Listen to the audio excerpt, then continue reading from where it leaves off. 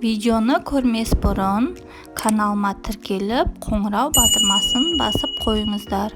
Бүгін біз сіздермен сковородкада оңай әрі тез жасалатын пицца дайындаймыз. Видеоны соңына дейін көріңіздер. Алдымен 2 жұмыртқа қосамыз.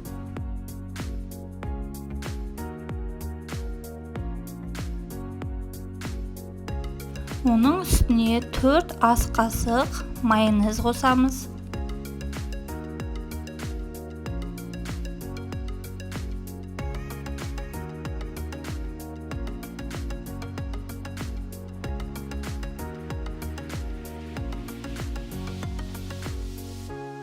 Майонез қосып болғаннан кейін үстіне 4 ас қасық қаймақ қосамыз.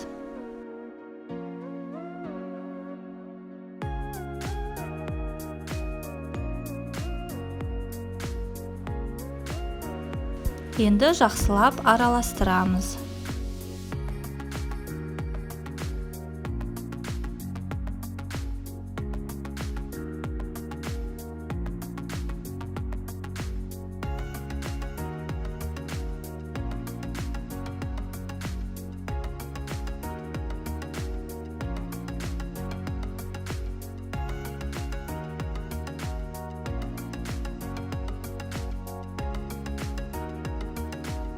Араластырып болғаннан кейін үстіне 9 ас қасық ұн қосамыз.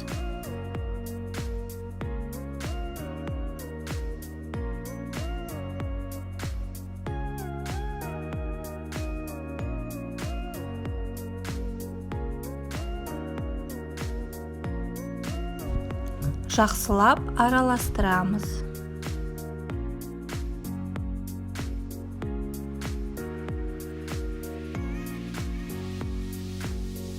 Міне пиццамыздың қамыры оладьиға дайындаған сияқты осындай сұйықтықта болады.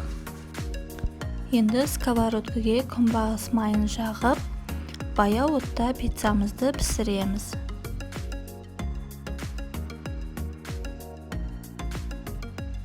Егер сковородкаңыз кіші болса, қамырын 2 бөліп пісірсеңіз болады.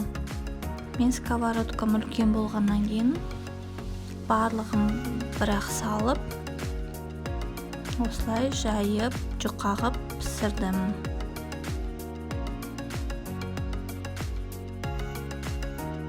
Енді пиццамыздың үстіне салмамызды саламыз. Ең бірінші кетчупты жұқа қылып, щеткамен жағып аламыз.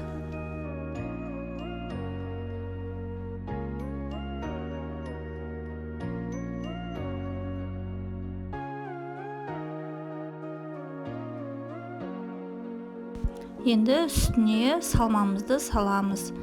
Мен колбаса қостым. Сіздер үйде не бар, әртүрлі нәрсе қоссаңыздар болады. Қызанақ қосса болады. Фарш етін қосса болады, қуырылған. Және үстіне міне үкіштен өткізілген сырды қостым.